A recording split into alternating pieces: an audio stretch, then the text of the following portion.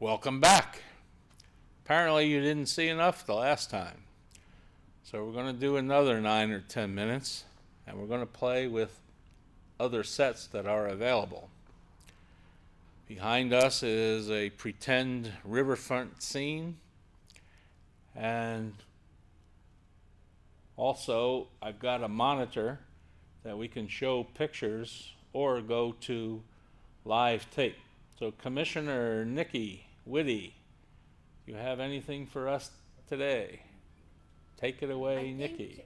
It was a natural fit we're for having me. audio I worked problems, many so we'll have years to come in the back Oregon here. State Capitol, So we can go and back then to when after I married Jim and moved to So last County, time I was talking I about worked for a 1959, three-county if you economic recall, development organization, and and didn't just saw mention that there was need my and that heartbreak over the people Brooklyn need. Dodgers leaving in '57. So for 2 years I tried to be an anti-Yankee. For whatever reason, I don't know exactly why. My whole family were Yankee fans, and I chose Brooklyn. But after they left, I rooted for every team that came to New York. So this week it was the Cleveland Indians, next time it's the Boston Red Sox, etc. And that didn't work, and after 1959, I quit watching baseball or following baseball until many years later. I forget the year, 90-something, when the Seattle Mariners, playing indoors, like who would ever want to see a game indoors, had Ken Griffey Sr. and Ken Griffey Jr. on the same roster. And I had to respect that, and I came back to baseball because of that. Found out it was pretty nice being inside watching the game, and eventually became a season ticket holder. So I was there for the exciting years when they were in the playoffs and even beat the rivals New York Yankees to go to the championship game. They eventually lost that to the Cleveland Indians, I believe. But I was there for some exciting times when Junior was a rookie, and now, of all things, Ken Griffey Jr. has come back to the Mariners, which pleases me quite a bit. My favorite player at this time is Ichiro Suzuki, number 51, who's in his 9th year, and for 8 years in a row, he has batted more than 200 hits. And he's well on track to do it this year, and if he does, he would set a major league record of 9 consecutive years with 200 hits or more. Speaking of sports, I was a New York Giant fan, and if anybody remembers the championship game between the Baltimore Colts with Johnny Unitas, who I had a great respect for, and the beloved Giants, went into sudden death overtime, and of course Baltimore won, which again caused me much heartache. And if I'm right on that, that was January of 1959. There are a couple of famous people in that.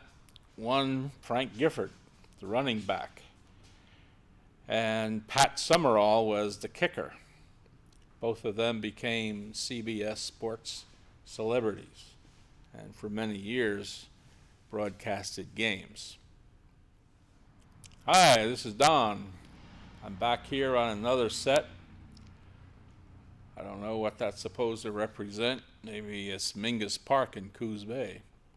But it's a nice looking set, and our stage crew has been working extra hard putting them all together. In reality, it's another virtual set that comes with the package. So I've talked a little bit about what 1959 had to offer.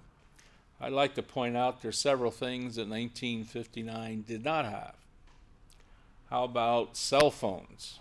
I don't think anybody even thought of cell phones in those days. I remember growing up with only one phone in the house, and it had a wire, and it was black because there wasn't any other choice. But we didn't have a party line. Some people thinking about the old days, we'll talk about party lines. We did not have a party line. But our parents' phone number originally was 465. And then they had to go to a 4-digit number, and it became 0465. Then there was an exchange, and for many years, the one I first remember was Long Branch 6. And then it became Capital 2, and then CA2 became 222. So does anybody remember Shady Side 7 or Capital 2, Capital 9? How about microwave ovens? We didn't have microwaves back then. And computers existed. However, there was quite a gap between ordinary citizens and the use of computers. It was almost like having high priests offering sacrifices to the gods. Special rooms, special air conditioning, special electrical connections, raised floor, so we had all these cables feeding giant refrigerator-sized boxes. And today, I can hold that same power in my hand, like, these iPhones and Blackberries and stuff like that, or even laptops. I started working on computers in 1962 at Electronic Associates. Electronic Associates made their name with analog computers and also married their analog to a digital computer and called it a hybrid. This sold, but it didn't sell enough. The company eventually went out of business. And when I graduated, I went to work for IBM with the 360. If anybody remembers that, the first modern computer was called a 360. And we had 32K of main memory. That's K as in kilobytes. Nobody ever dreamed of megabytes. Or now we have, how many terabytes have we in our other studio? 6? 7?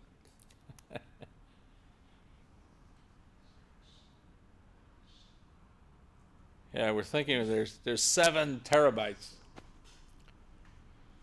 Gordon uses those technical things like he holds up 2 fingers. And the first I/O devices I was using, or terminal devices, were called teletypes. Extremely nervous head that went up and down like this. I don't know if you remember that. That was 110 baud. And they were replaced with Selectric typewriters or CRTs that ran at 300 baud. So now when somebody says, oh, I've got 56K and it's so slow, I just roll my eyes because I can remember back to those days. But we all get carried away. So the automobiles, they were all metal dash. I don't know when padded dashes came into being. Maybe the luxury models had them, I don't know. But they had fins so they could be stable on the highway.